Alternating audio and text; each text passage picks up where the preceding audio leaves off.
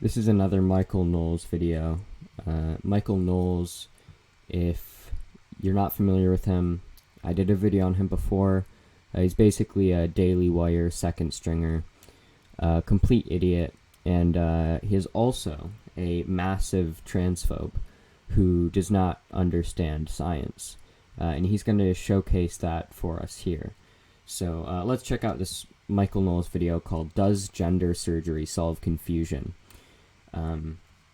And he only makes like two arguments throughout this entire video, so I'm not going to be stopping it throughout. I'm just going to kind of let it play and then respond afterwards. So let's see what Michael Knowles has to say.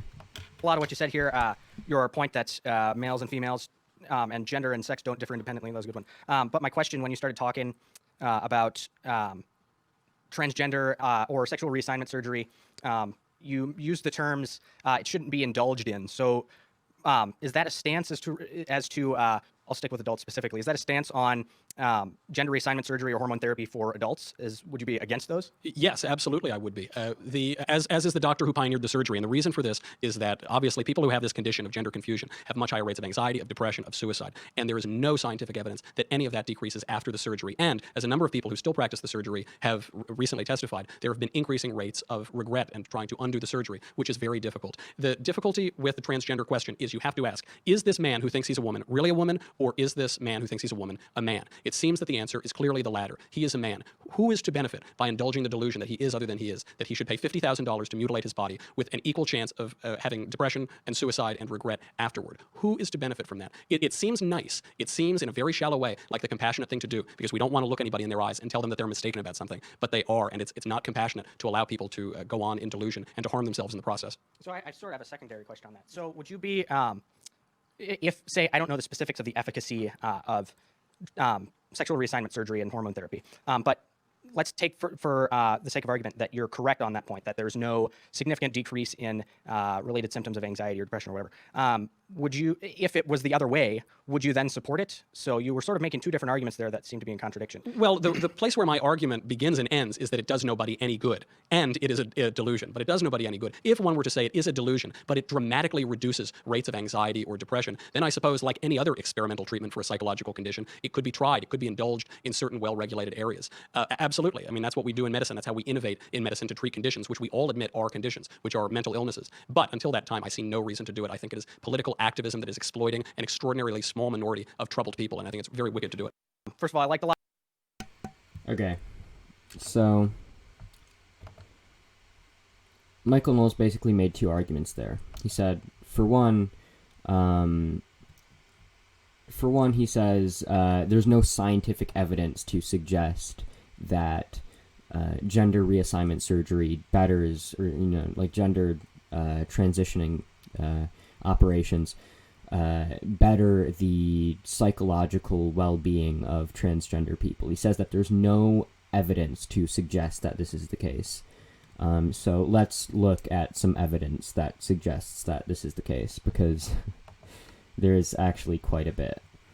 So here we have a meta-analysis called Hormonal Therapy and Sex Reassignment, a Systematic Review and Meta-Analysis of Quality of Life and Psychosocial Outcomes.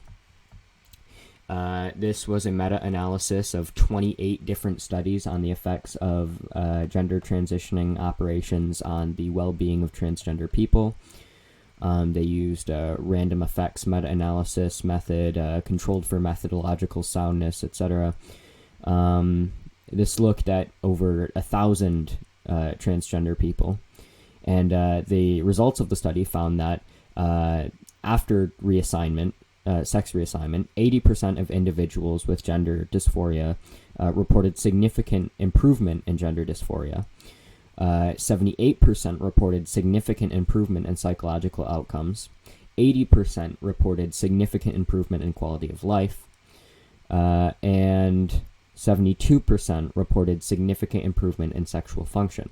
The conclusion says very low quality evidence suggests that sex reassignment that includes hormonal interventions in individuals with GID likely improves gender dysphoria, psychological functioning and comorbidities, sexual function, and overall quality of life.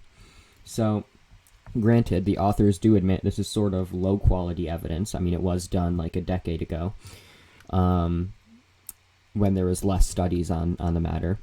But this is a pretty large meta-analysis of nearly 30 studies, and the consensus of the scientific literature, according to this meta-analysis, is that the vast majority of studies, the vast majority of cases suggest that gender reassignment surgeries and operations do drastically increase the well-being of the vast majority of transgender people. So this flatly contradicts Michael Knowles' claim that there is no scientific evidence to support this hypothesis, that it betters the lives of transgender people. However, again, this was sort of low-quality evidence, so let's look at some more data. So this is a Cornell University meta-analysis, or a systematic literature review, and this is called "What Does the Scholarly Research Say About the Effect of Gender Transition on Transgender Well-Being?" In this meta-analysis, or systematic review, examined 55 studies. Every single peer-reviewed article published in English between 1991 and 2017 that assessed the effect of gender transition on transgender well-being. And they found that out of the 55 studies that they examined, 51 of them, that being 93% of all studies, found that gender transition improves the overall well-being of transgender people, while only 4 of the studies they examined, that being 7%, report mixed or null findings. They found 0 studies concluding that gender transition causes overall harm. So the bottom line states, this search found a robust international consensus in the peer-reviewed literature that gender transition, including medical treatment such as hormone therapy and surgeries, improves the overall well-being of transgender individuals. The literature also indicates that greater availability of medical and social support for gender transition contributes to better quality of life for those who identify as transgender. So this is a massive meta-analysis of over 50 studies, and this confirms the finding of this other meta-analysis done like 10 years prior, which both of these meta-analysis of tens of studies suggest that the overwhelming majority of the research, like the overwhelming scientific consensus, is that gender transitioning operations drastically improve the well-being of transgender people. So this seems to be an overwhelming scientific consensus. So Michael Knowles saying that there's no scientific evidence to support this claim could not be more wrong. So there's one more study I wanted to look at. This is a study published by the Official Journal of the American Academy of Pediatrics, so another very reputable organization. This is a longitudinal study on the effects of gender transitioning on transgender well-being. The results find after gender reassignment in young adulthood, the gender dysphoria was alleviated and psychological functioning had steadily improved. Well-being was similar to or better than the same age young adults from the general population. Improvements in psychological functioning were positively correlated with post-surgical subjective well-being. So this is another peer-reviewed scientific study published by a reputable organization suggesting that gender reassignment does drastically improve the lives of transgender people. So, in conclusion, if Michael Knowles wants to appeal to the empirical evidence, if he wants to make the empirical claim that there's no evidence for this claim, Michael Knowles, for somebody who's appealing to empiricism, could not be more empirically incorrect on this issue. Like, he's blatantly lying, or he's speaking about the empirical implications of an issue that he knows absolutely nothing about, because all of the available scientific research blatantly contradicts his claim to like an unbelievable extent. Like, this isn't even like contested. Like, this is settled. This is settled science, which has been confirmed over and over again. So this is just a ridiculous claim for Michael Knowles to be making. His other claim is equally as unscientific and scientifically invalid. His second argument is, well, it's a delusion. A transgender man isn't really a man, so indulging in the delusion that they're a man is it's not good. You shouldn't indulge this delusion because they're not really a man. And what this argument assumes is that gender and sex are intrinsically tied to one another. He's essentially saying that if your sex is male, your gender cannot be female, because sex can't differ from gender. However, he's making the assumption that sex and gender aren't different things that don't necessarily have to be tied to one another, but this is a radically fringe view in scientific communities. Like, it's hard for me to express how fringe this claim is. Like, this is like the equivalent of saying that, like, gravity isn't real in scientific communities. Like let me give you a short list of just some of the scientific organizations which support the claim that sex and gender are different things that aren't necessarily intrinsically linked. The American Psychological Association supports this claim. The American Sociological Association supports this claim. The American Medical Association supports this claim.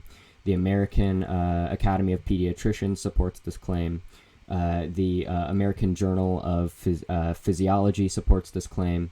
I just read a Stanford University article about why this is a valid distinction to make. Like, every single reputable the National Health Service supports the claim in Britain. So, like, every single reputable scientific organization on the planet supports the claim that sex and gender are different categories which aren't intrinsically linked. So for Michael Knowles to be making these arguments based on the assumption that these two are like the same thing and they can't differ, it's a radically fringe view that he's taking here. Like, this isn't supported by any scientists or any scientific organizations. So, like, this, like, everything Michael Knowles has said here has been, like, ridiculously, demonstrably false and unscientific. And this is what I love about conservatives. Like, they love to do this thing of like, oh, facts don't care about your feelings, lib. You know, we're the facts party. We don't care about, like, emotions. But, like, they're literally going feels over facts. They find transgender people icky. They don't like transgender people. So they're willing to ignore all of the facts, all of this data, all of the scientific consensus, in order to propagate this harmful bigotry towards transgender people. And it's really disgusting, and it's really ignorant, and really unscientific.